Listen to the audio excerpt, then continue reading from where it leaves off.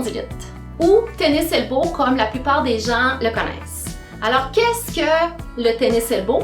C'est donc une tendinite des muscles qui s'attachent à la partie extérieure du coude sur l'os.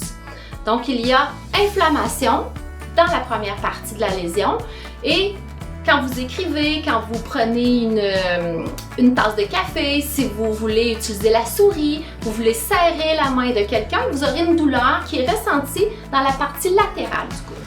C'est donc un phénomène inflammatoire en premier lieu qui rapidement, pour cette condition, devient une condition peu inflammatoire, donc qui ne guérit pas bien. Qu'est-ce qu'on ressent comme douleur?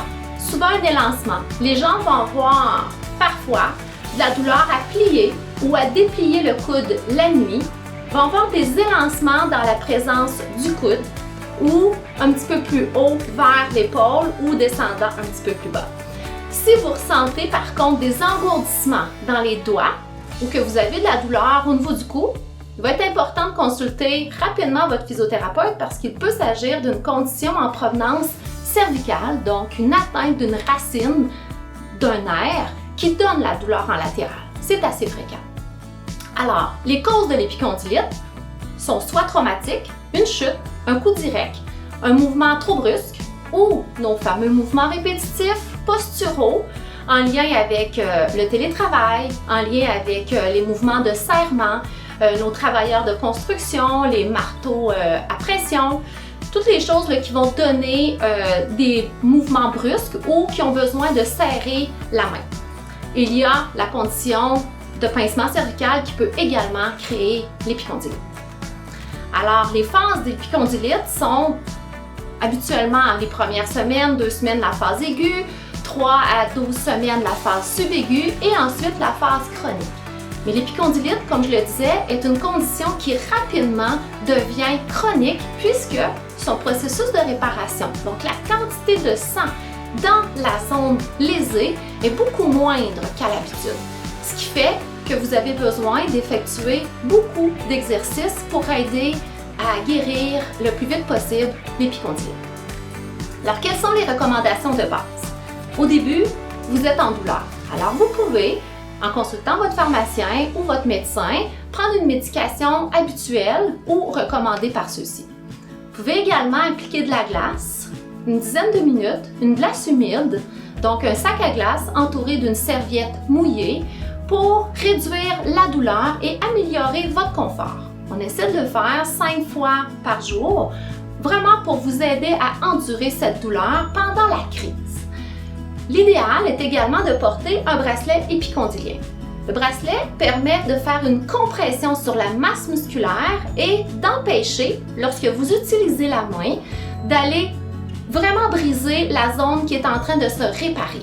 Alors, c'est une protection. Ça ne permet pas de guérir, mais ça fait de la prévention puisque vous continuez de faire les mêmes mouvements. Si vous savez le mouvement qui vous a blessé, c'est important de l'enrayer. Le poste de travail est un des éléments le plus problématique et le plus efficace à régler pour enrayer les épicondylites. Alors, voici les exercices en lien avec l'épicondylite. Donc, l'exercice premier pour l'épicondylite est la pression ischémique. Alors, tout ce que vous avez à faire, c'est de placer la main en problème sur le ventre et avec le pouce opposé, de venir sélectionner 3 zones de douleur sur la masse musculaire en bas du coude. Alors, vous allez effectuer une pression modérée à forte et vous allez la maintenir le temps nécessaire jusqu'à disparition de la douleur. Lorsque vous allez relâcher, du sang neuf s'installera dans la zone pour favoriser la guérison. Vous répétez 3 zones 3 fois par jour. L'exercice numéro 2 consiste à étirer la masse épicondylienne, donc les muscles du coude. Placez le bras devant vous, la main pendante vers le sol et avec l'aide de l'autre main, venez l'appuyer sur la face dorsale du poignet. Doucement, avec la main gauche, vous allez pousser pendant 5 secondes pour créer un étirement dans la zone du coude. Il est important de maintenir le coude complètement tendu et d'avoir un étirement confortable, maintenu pendant 5 secondes. Vous relâchez et vous répétez 10 fois. Le troisième exercice en lien avec l'épicondylite est l'usage d'une balle anti-stress afin de stimuler la musculature de l'avant-bras. Alors, dans la main, avec la balle anti-stress, vous allez serrer pendant 5 secondes et relâcher. L'important, c'est d'être dans une position du coude où la douleur est légère. Il ne faut pas aller en extension complète du coude au départ. Alors, progressivement, vos exercices, 5 secondes, 10 répétitions, pourront s'effectuer avec un coude de plus en plus en extension, progressivement selon la guérison. Donc, il est important de comprendre que l'épicondylite n'est pas une tendinite standard. C'est-à-dire que les tendons épicondyliens qui s'attachent sur le coude ont peu de processus de réparation. Ils ont peu de sang.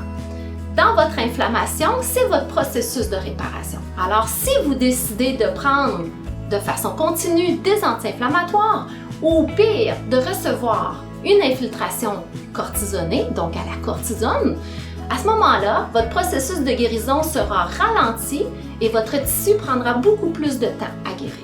Alors, pour améliorer votre guérison, vous devez modifier les mouvements qui vous causent la lésion, porter le bandage épicondylien pour vos activités, être capable de modifier votre poste de travail et surtout d'être assidu dans vos exercices afin d'améliorer le sang et d'améliorer donc le processus inflammatoire qui est celui de votre réparation.